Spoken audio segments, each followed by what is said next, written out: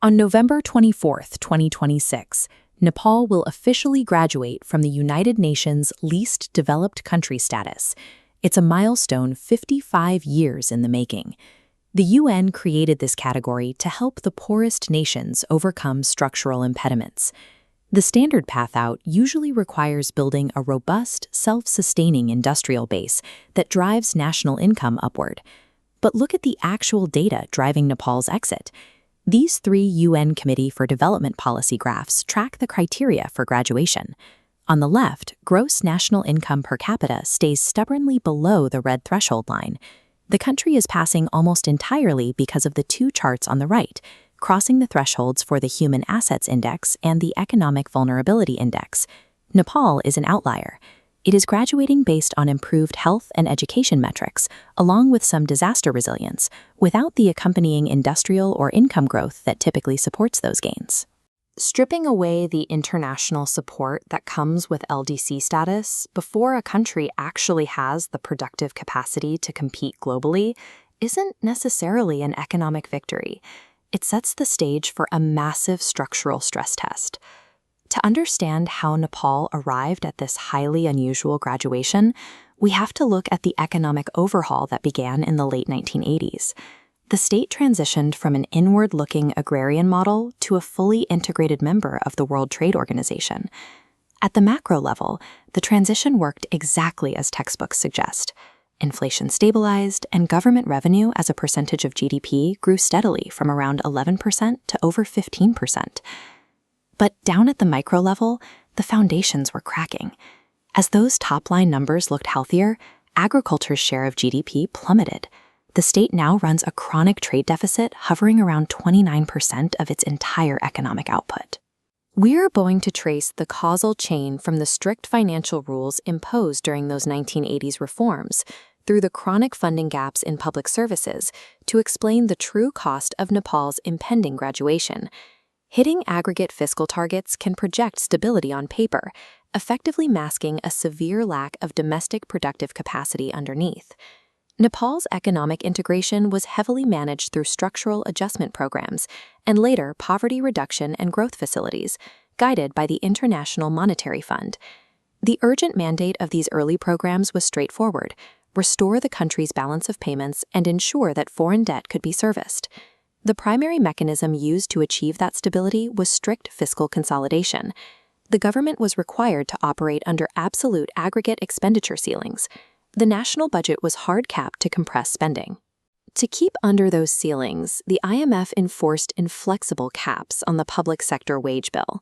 This specifically constrained the state's ability to recruit and pay civil servants, directly limiting the hiring of teachers and doctors, even as the population grew. The architecture of these agreements forced a stark internal compromise. The state secured its macroeconomic survival on the global stage by legally restricting its ability to invest in its own people.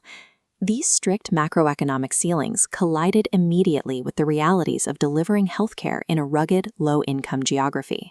During the early adjustment years of the late 80s and 90s, health and education budgets were heavily deprioritized. Government health spending dropped to less than 1% of GDP. This chart tracks total health spending against what the government provided from 2000 to 2022. Notice the massive void between the top red line, total current expenditure, and the bottom blue line, the government's share. State investment stayed anchored near the floor for over a decade. The same pattern exists in education. Government education spending still hovers around 3.6% of GDP today, chronically short of the 4 to 6% benchmark recommended by UNESCO. The national ledger was stabilized, but the domestic social infrastructure was starved of essential funding to make that math work. This creates a significant historical paradox.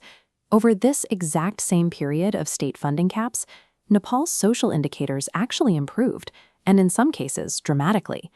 This dual axis graph maps health outcomes.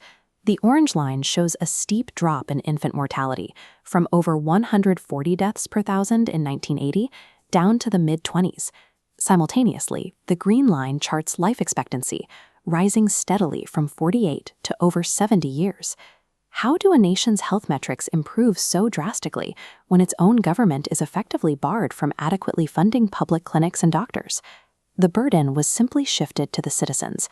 Because public clinics were under-resourced, families were forced into the private market.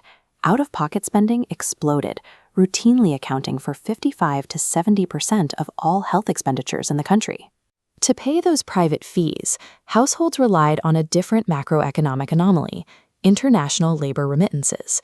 Millions of citizens left the country for work, sending cash directly back home, a pipeline that eventually equated to a quarter of Nepal's entire GDP. The state abandoned its role in social development to satisfy international fiscal targets, and citizens used their own foreign labor wages to privately fund the health and education gains that eventually qualified the country for LDC graduation. This brings us to 2026. The upcoming LDC graduation will act as the ultimate stress test for this remittance-dependent model. Leaving the LDC category triggers the phased removal of international support measures. Most immediately, Nepal will lose duty-free, quota-free access to major foreign markets. Its exports will suddenly face standard global tariffs. This chart from the International Labor Organization models the projected fallout of this tariff shock on the domestic job market. The data points to a severe contraction, indicating a loss of approximately 142,000 jobs in the industrial sector alone. Those losses are highly concentrated in apparel, synthetic textiles, and carpet manufacturing, industries that are heavily reliant on current trade protections. Stripping away these tariff shields will quickly erode the few productive export industries Nepal still has, exposing how fragile the underlying domestic economy really is. And the graduation shock extends beyond the factory floor. It poses a direct threat to the very health metrics that qualified Nepal for graduation in the first place. Post-graduation, Nepal will eventually lose access to specialized waivers under the WTO's TRIPS agreement, the trade-related aspects of intellectual property rights. Historically, these specific exemptions allowed LDCs to bypass international pharmaceutical patents, enabling the country to import and distribute affordable generic medicines. Because Nepal has virtually no domestic pharmaceutical research and development, losing these patent waivers is projected to drive up the cost of essential, life-saving drugs. A spike in pharmaceutical prices will act as a brutal multiplier, compounding the massive out-of-pocket costs that families have been carrying since the austerity measures of the 1990s. Over the last 4 decades, strict adherence to international financial rules integrated Nepal into the global market. Those policies successfully controlled inflation and balanced the national checkbook.